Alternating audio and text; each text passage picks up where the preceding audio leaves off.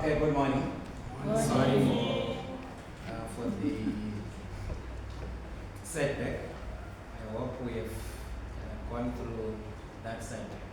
Today I want to speak to you from about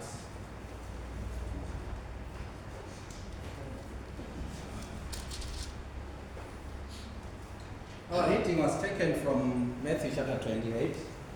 It's popularly known as the Great Commission. Jesus is about to go back to heaven, so he's going to gather his disciples, 11 at this particular time, and he's going to talk to them. They met in Galilee, where Jesus was, and in verse 17, and when they saw him, that's the disciples, they worshipped him, but some doubted. Then in verse 18, Jesus came and said to them, "All authority in heaven and on earth has been given to me. Go therefore, because of the authority that I have, you should then go and make disciples of all nations, or go therefore and make disciples of all nations, baptizing them in the name of the Father, and of the Son, and of the Holy Spirit." But he also says in verse 20, "Teaching them to observe all that I have commanded you, and behold, I am with you always to the end of the earth." So, the disciples at the time, and we have always used this extended to disciples of today, that Jesus gave us this great commission to go and preach the word. But we are preaching the word all over, so that people can actually hear and know about God.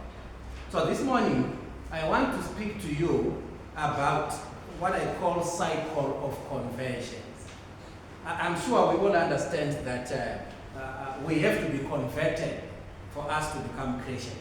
So there's a couple of things that I want us to go through together this morning from the same title that is called Cycle of Conversions. But to begin with, let us define together the two terms that we have actually used today. The first term, of course, which appears there is the term cycle. And of course, that is the dictionary meaning of that word which you are actually seeing up there. A cycle is an interval of space, or it is an interval of time in which one set of events or phenomena is completed. Or others would want to define it as a process that returns to its beginning and then repeats itself in the same sequence. Returns again, then, so it's something that is going on and on and on for the longest of time. So that's what a cycle is. But let's also try and define what a conversion or what conversion means. A conversion is the act of completely turning around, or complete revolution, or a complete rotation. So if you were going this way and you have decided to go this way, which is a complete 180-degree turn, it means you have been converted. You were going this way, you are now going this way. So there are two different directions that we are now going. So it means that is a conversion. So it is the act of completely turning around, or the act of a complete revolution, or it is a complete rotation. So those are the two terms that I want us to talk about, cycle of conversion. So what we are talking about are the cycles of conversion. So let's move on. For one to be called a Christian today, there should be a conversion from the world to Christ. So one has to actually make a deliberate decision that I now want to be converted from the world to come to Christ. So we actually call that a conversion.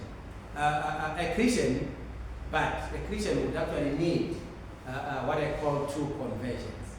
And these are the conversions that every person or every Christian would need. The first conversion is a conversion when one is coming from the world without Christ. Then he is coming to Christ. But you don't always remain in Christ. You should always go back to the world, this time with Christ. I hope you understand what I'm talking about there. If you wake up one morning at your house and you have discovered that there is no bread, but you want to have tea, what you do is you actually go to the shops to fetch bread. So what you are doing is you are leaving your house, going to the shops without bread. But when you come back from the shops, you are actually going to bring back the bread warm, because that's where you want to consume it. So you went without, but you came back with. So that's exactly what I'm talking about when I'm saying the conversion of a man or a woman who wants to be a Christian. They are living in the world.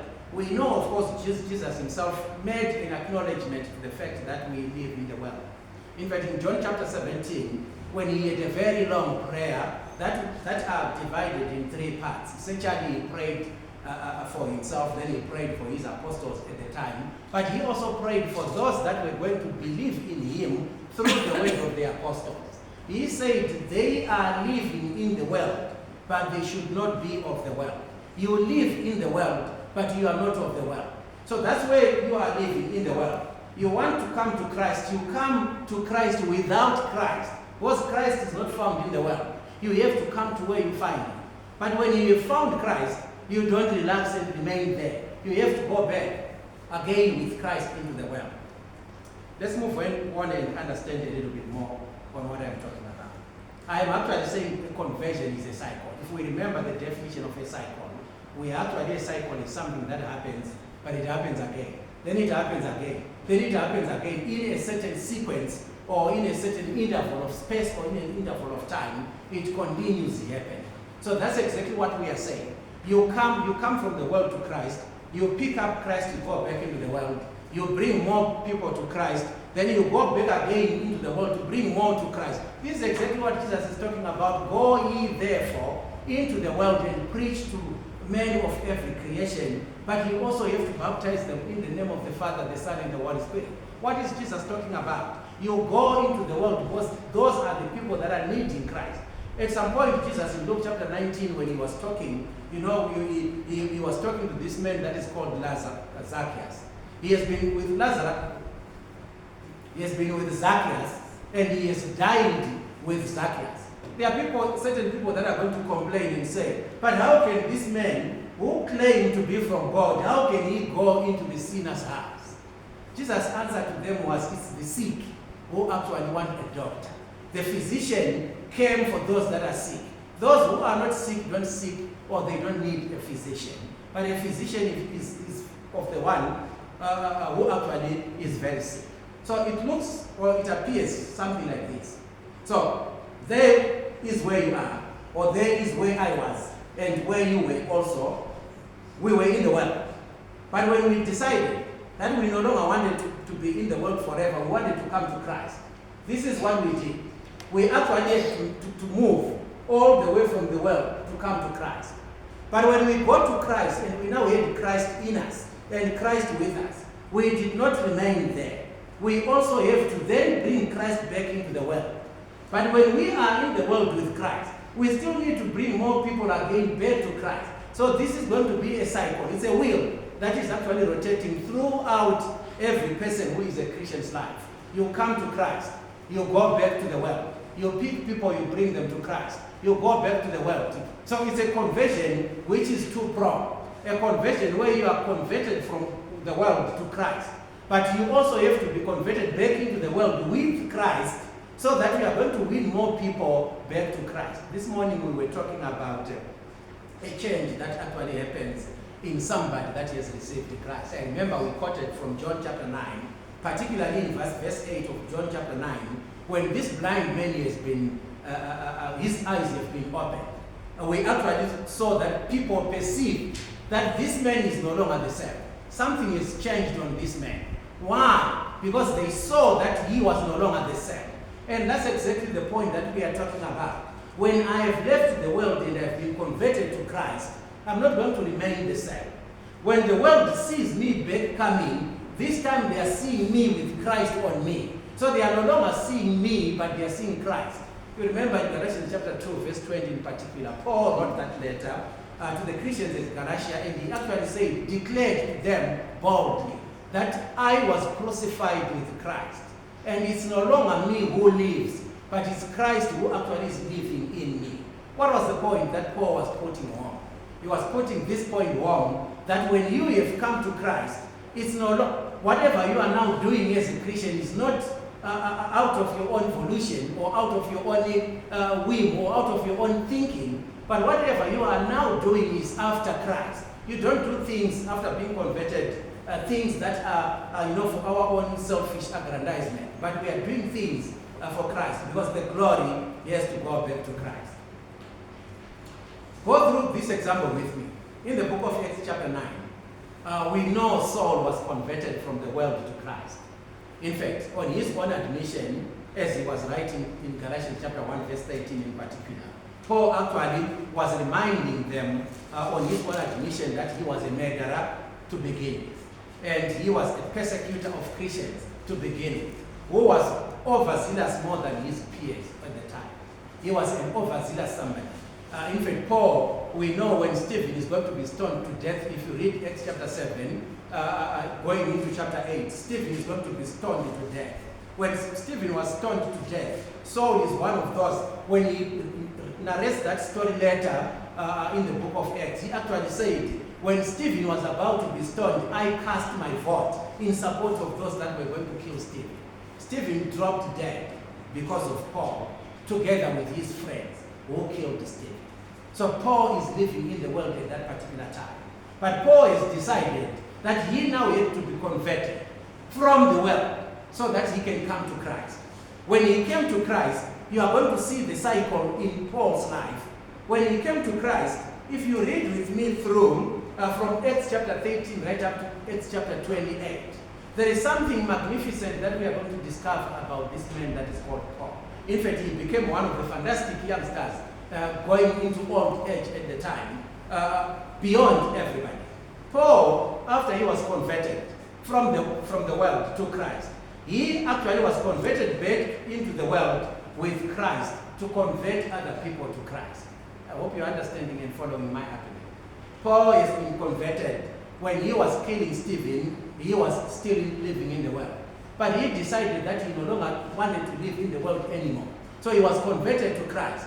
But he did not only remain, I will talk more about that. He did not only remain in Christ. He actually went back to the world to make the friends and relatives know that Christ is supposed to be worshipped. He went to different places of the world, teaching and preaching, of course, to people about Christ, until he was violently killed for Christ. We know that an emperor at the time, who was called Nero, is going to make sure that Paul was killed. Why was he killed? He was killed because he was preaching Christ. This is the very Paul who was opposing the church. When the church began in Jerusalem in the first century, Paul was opposing the church, to the extent that some of the giants and the champions of the church at the time, Stephen being one of them, they are going to be killed because of Paul. But once Paul was converted, he actually has a trailblazing life. In fact, we are going to see so many things that actually changed in him. I want to use this example so that you may actually keep on understanding what I'm talking about. What I have up there, you may not see it exactly, but I see it exactly here. It's actually called a car engine. It's a picture of a car engine. And on the other side, you actually have another picture, and that is called a radiator. I mean, all your cars, except electric cars that are coming, every other car will have a radiator. And this is how these things work. The engine would need water to be cooled. I mean, almost everything would need water. In fact, when you think about that, you actually see how important this thing called water is. Think about anything that you want to do. I mean, you should actually have water in it. So, the engine would need water, because as you are driving, the engine is heating up. But it needs to be cooled down. How is it cooled down? There are some parts in the engine which need to be cooling almost every time. So that's when the radiator is going to come in. You pour your coolant or your water into the radiator. And how do these things meet, the radiator and the engine? What is happening is, as the engine is heating up, all the water that is now hot, which is in the engine, somehow is going to be pumped back into the radiator for cooling, and that water which is still cool in the radiator is actually going to be driven into the engine. So it's actually a cycle of water that is moving from the radiator into the engine, back to the radiator, back to the engine, back to the radiator. You are actually never going to notice this happening. You can actually drive from here to Cape Town. We are talking of nearly 3,000 kilometers, even non-stop. You are not going to see this happening. But I assure you that will be happening. If this cycle is broken somewhere along the way, you are going to see your temperature gauge is going to tell you something, that there is something that is actually getting wrong with your engine. It's no longer normal. Why? Because the cycle would have been broken. So think about it this way. When you think about the engine and you think about the water, which has to go there, and it's a cycle that has to be maintained.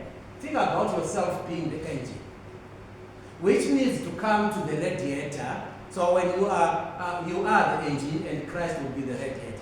So you actually lived here. You are the water, which is now what which is in here. It does not remain there. It has to come to the radiator to be cooled.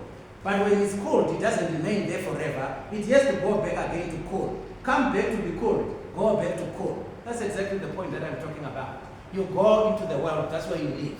You leave the world, you come to Christ. But you have to go back to the world. So that people are actually going to know God through you.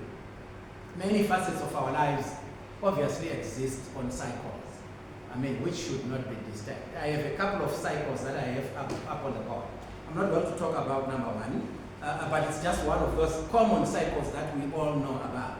Let me attempt to talk about the cycle number two, which is mentioned there, which is called the blood circulation system. When we were still in school and we were learning about how blood is transported, around your body. It's so fascinating that you actually have the heart which is up here. And this heart, has to do all the distribution of the blood right through the body. When God created it, I was reading this other book the other time about a giraffe. And they were actually talking about a giraffe. A giraffe is so tall that the head of a giraffe is up there. Now it's almost an uphill for blood to come from the heart to go to the heart. But nevertheless, blood still gets there. Why? I think this book was saying there is some mechanism which is much, much more complicated than we have humans, so that this heart is going to still be able to pump blood right up to every part of the head. So your blood, when it's circulating on your body, it has to come back to the heart for being oxygenated. It has to be given oxygen. After being given the oxygen, it has to be carried through all the arteries and all the veins and whatever, to whatever point it's needed. Imagine when I'm talking to you right now, there's blood here. If you pierce my finger, you are going to have blood that's going to come out. How did it get here? It's all to do with the heart, which is pumping that blood there. But when this blood gets here with oxygen, it's going to be deoxygenated. The oxygen is going to go. So it has to come back to the heart to be oxygenated again. This is a cycle. If that cycle is disturbed, I will drop dead, because there is something that is no longer working fine. So blood has to continue circulating, through that cycle. Think about the breathing cycle. I was reading this book the other day, and the breakdown that is there, I'm going to explain it to you. The breathing cycle, which is the inspiration of oxygen, and of course the expiration of carbon dioxide out of your body. In fact, this book was saying there is one cycle per 6 seconds. The breathing cycle has to happen within 6 seconds. You would have actually completed one cycle of breathing. And this one cycle consists of breathing in, a pause, then you breathe out. Within 6 seconds, those 3 things should have happened. You breathe in, you pause, you breathe out. You breathe in, you pause. So imagine if one cycle is completed within 1 second, 6 seconds. So we are actually saying per minute, you actually need 10 cycles per minute. You need 600 cycles per hour. And you need 14,400 cycles per 48 hour, which is what we call a day. You never notice this. When it's happening on you, surely you don't even pay attention to this. You never notice that I've breathed in, I've breathed out, I've breathed in, I've paused, I've breathed out. But for 14,400 per every single day, this cycle has to complete itself. If it doesn't, there's a problem. Your breathing needs to be checked by the medical people, because you will be sick. I'm talking about cycles. Think about the water cycle, the evaporation. Right now we are actually in the process perhaps of evaporation. All the water that is on earth has to be evaporated back into the skies. Then condensation has to happen, then precipitation somewhere around November, December, January, we should be receiving the precipitation coming back here. It's again a cycle. Think about the daily cycle where in the morning the sun comes up, then it has to go down so that the night can come up. After several hours again, the cycle repeats itself. It goes on and on and on. You can think about the monthly cycle where you have the sun and the moon, they actually change this and that, and of course the yearly cycle to give us different seasons. But there are three possible reasons or three possible results that are going to happen, which is going to be my conclusion of this lesson. There are three possible results of our cycle of conversion. If we are going to maintain our cycle properly, there are three possible results that we are going to record. No matter what, you will record one of these, maybe none, but you will always have these results. One of the reasons is that either one or both or none of the following is going to happen. The first that is going to happen is if you are going to follow the cycle of conversion yourself, your family, our family, that is our children. I'm talking about children first. They are actually going to follow us from the world also to Christ, to also perpetuate this cycle. So if our cycle of conversion is going to follow the logical points that I've been giving you, that we have to leave the world and go to Christ, and we come back again to the world. Part of the world is our family. Part of the world is our children. Part of the world is your wife. Part of the world is your husband. They are living in the world. Perhaps you are the one who have known God first. So you need to go back and make them know. But you bring back Christ so that they are going to see a change on you and they are going to follow you. That cycle is going to be completed if that's one of the possibilities that actually is going to happen if we complete the cycle of conversion. The other possible result is that our peers, after our family has come, our peers, our friends, those that are around us, are also going to follow us from the world to Christ because they have seen a change in you. If you ever noticed, in fact, I've heard somebody saying, the best way of preaching is perhaps not by words, but it's by deeds. In fact, Jesus was always at a crossroads with the hypocrites. The reason why he did not like the hypocrites was that they would actually say one thing, but they would do something which was completely different from what they were saying. So if we are like that, we preach one thing when we are at church. When we come to church, we wear a very good church face. We are well-mannered, we are well-behaved. But when we go out there, we become beasts. We are not going to bring anybody to Christ if that is what we do.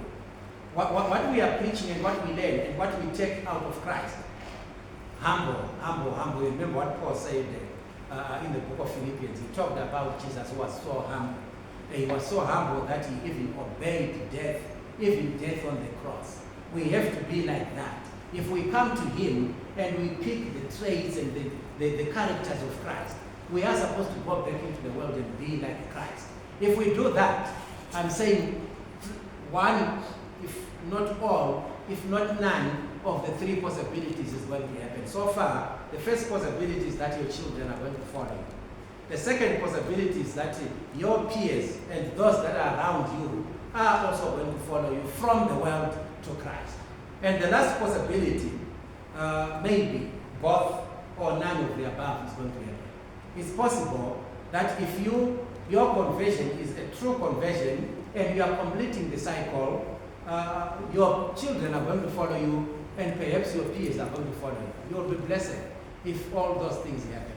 Because there are other people who will still go back into the world and still they are not going to record any of the possibilities that I'm talking about. But I want you to observe this because I want this to be the highlight of what I'm talking about. We cannot force any of the above to happen. We cannot force our children to come with us. We can't force our peers or relatives or friends to come with us. But what we can surely force ourselves to do is to do what we ought to do. And what is it that we ought to do? Is to be converted from the world ourselves to Christ. And we come to Christ without Christ.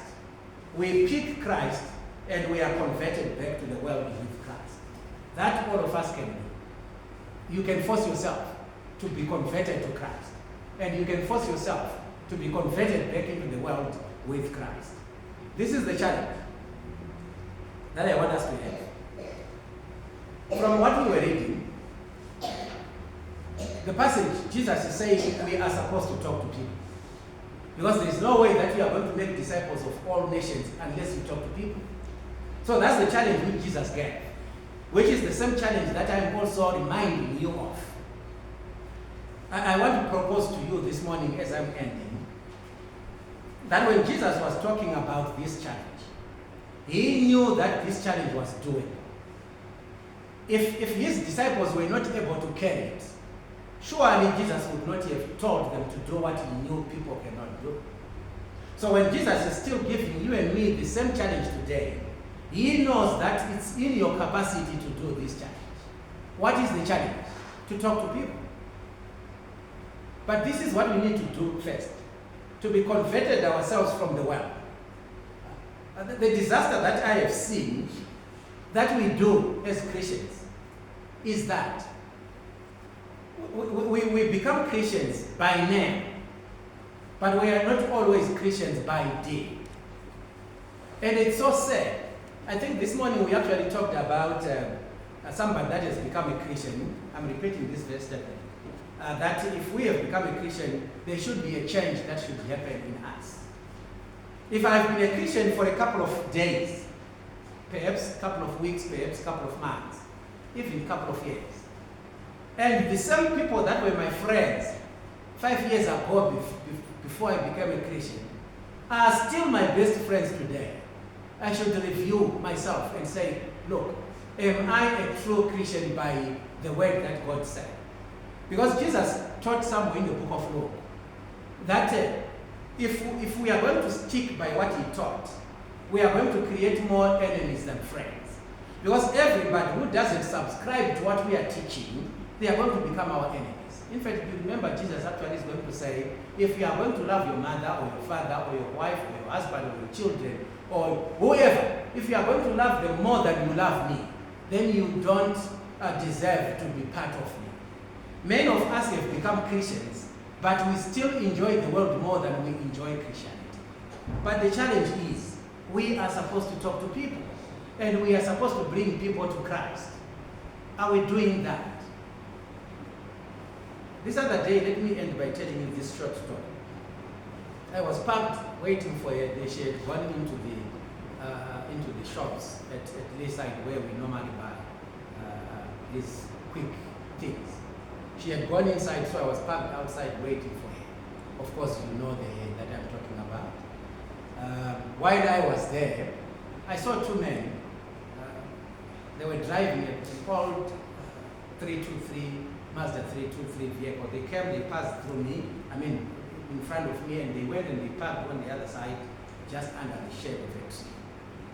So after a couple of minutes, I saw these two men coming out. One of them is now quite old, the one who was driving. So they came out of the car and they were standing by their car. So immediately I could tell, from the dressing and those big shady heads, that these guys must be Jehovah's Witness guys. So they came out of the car and they stood by the car. But what interested me was the fact that I was parked there for a couple of minutes. When they went into shop, they don't come out quickly. You actually usually become very, impatient. But finally they will come. Kids, you know that. You know what I'm talking about. All men here would actually know that. It's interesting that a few weeks ago, I was talking to this man, diverting a little bit, John Gibson. He came and preached here. So we were talking about how ladies would go in to do shopping and they don't come out. So he said one day I went to the shopping mall with my wife in the morning around 9. So I was dragged into this shop. We went in there. She looked at this dress. She took one. She looked at this dress. We went to almost to the till. She said, no, but I don't like this. She took it back to the shelf. Let's get out of this. Let's try another shop. They went into another shop. So they were there for about 3 hours or 4. But at the end, what is fascinating is they didn't even buy anything after 3 hours. They do that. So while I was waiting for her to come, that's where my story is. I saw this man, and they started distributing the pamphlets. So if they saw a man who was coming from this way, or a person who was walking from there, they would actually go to him, and I could see that there was some conversation which was happening. So after a little bit of a talk, they would actually hand over a pamphlet to this person. They would hand over a pamphlet to this person. And I was like, look, whenever we are talking about boring people, we are talking about the Jehovah's Witnesses, at least according to many people's eyes. I've heard about so many people who actually close their gate when they see these people coming. But wait a minute, and admire this with me. Admire their capability of carrying out this challenge, of going out and speak to people. Because Christianity is all about speaking to people. You cannot bring people to Christ unless you go and speak to them to come to Christ.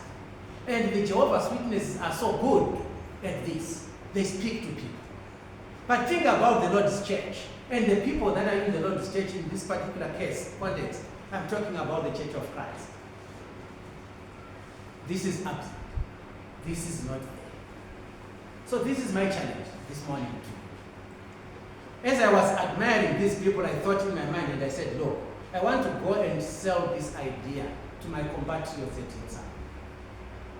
And this is the idea that I'm selling to you now. I want to see your hands coming up if you agree to the idea. The idea is this. How many of you are in for it with me? I'm one of those who would want every weekend when we are free. We have a lot of shopping malls around. We choose that this weekend we want to be at Hillside. We come here, we congregate, and we go there, and we speak to people at Hillside. Then next week we can go to the Retreat Shopping Center. The other week we are at Morningside. The other week we are at Bradfield. How many of you are prepared to do that?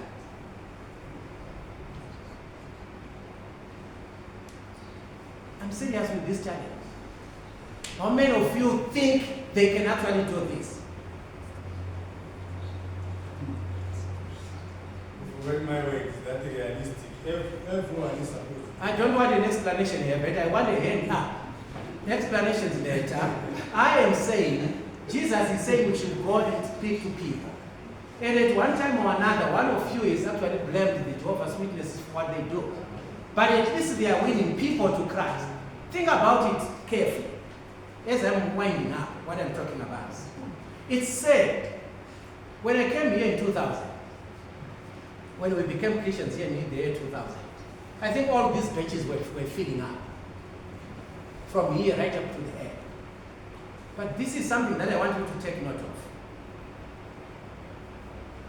I think when we came here, at the time, I think we had 4 or 5 black families, I think. I'm not being racial or anything, but this is a fact that I'm saying, which you all know. There were a couple of, maybe the Mafungas, me and my wife, Bruce, and a few others who were black families. Otherwise, the rest were the white community here at Hillside, which was very interesting at the time because Hillside was established for that anyway. But I look at Hillside today, and it's a completely different congregation 24 years down the line. The question that I honestly ask myself is this, which I also want to honestly ask yourself is this. Does it mean that in Zimbabwe we no longer have white people? The answer is no. We have. So where did we go wrong? I think where we went wrong is exactly the challenge that I'm talking about now. Not only that, we actually had children from certain families, not whether white or black or whatever, who were coming here. But at some point they stopped. And maybe we now have a parent or two, maybe only parents and the children no longer come. What happened? Exactly what I'm talking about. Either the 3 possibilities that I told you about, either it's us who converted ourselves from the world to Christ, and we went back to them and they ignored. Or it's possible that we ourselves were converted from the world to Christ, but we forgot to go back. And this is exactly what most Christians do. We all do this. We are converted to the world to Christ. When I come to Christ, then it's okay. I am in Christ. But Christianity should not be lived by me alone. I should worry about others. Imagine if Christ worried about his own welfare, he would not have come to earth to die. Imagine if Peter was worrying for only his own welfare, he would not have stood up on the day of Pentecost and preached to the Jews who were so agitated and they wanted to kill somebody. But Peter pointed a finger at them and he said, "You are criminals, you killed Jesus." Imagine if Paul was that selfish to say, once I come to Christ, it's about me. He forgot about it. We wouldn't be talking about 13 books that Paul wrote. We wouldn't be talking about, in fact, chapter 13 to chapter 28 of the book of Acts would be missing in our Bible. Because Paul would not have gone to people to preach. Christianity is not about me. It's about somebody. After I have received Christ, let me make sure that I've also made somebody to know about Christ. He have an attitude of envy. You remember when Andrew saw the Lord, the first thing that he did was, "I want to bring my brother Peter to Christ." And he rushed and he said, "Look, we have found the Messiah. Let's go to the Messiah." How many of us have that attitude? If we don't have that attitude, let me assure you, 10 years down the line, Hillside will be thinner than what it is today. It will be thinner than what it is today. The only way to bring Hillside to its former glory and its former vibrance is for you and me to go out and speak to people and tell them about Christ. You have shown me that none of you is ready to do that. I hope you are going to seriously think about this. I really mean it. This congregation under edification can actually make sure that it finances that program, where brethren at Hillside can be financed and be given fuel for that. This is why we are collecting this money, so that we can edify and we can evangelize. I'm ready. Once you are ready, let me know. I've started doing that. Wherever I am in a smaller way, I talk to somebody about Christ, making sure that it's not only me who is converted, but I will also make sure that somebody is also going to be converted to Christ. Let me end by telling you about this Nigerian writer, a very important writer in the history of literature in Africa. His name is called Chinua Achebe. He once talked about a banana tree. And he was saying, I think it's in the book, Things Fall Apart. And he actually said, there was a question that was posed, that look, if that banana tree is going to die today, where are the suckers to revive the banana tree? And that was an important question, because without the suckers to replace the old banana tree, it's going to be a problem. Once the banana dies, then that's the end. Why am I using that as an example? I'm looking through us today, and I'm seeing a lot of suckers that are there that are capable or should be capable of replacing old banana trees like us when we are done. Are you, as the suckers, ready to actually do it? Are you ready to replace that old banana tree when it finally goes? Because it's going to go. Are you ready to be a small sucker that is going to come and stand in there in place of that old banana tree? Maybe that's where, again, the problem is going to become. Are our youngsters receiving Christ the way they are supposed to receive it? Are you going to be in the example of Timothy, who was as young as many of you are? But this is the young man, when Paul writes one letter to him, Paul is actually going to say, I know and I'm so confident in the faith that is in you, the faith that started in your mother and in your grandmother, Eunice and Lois.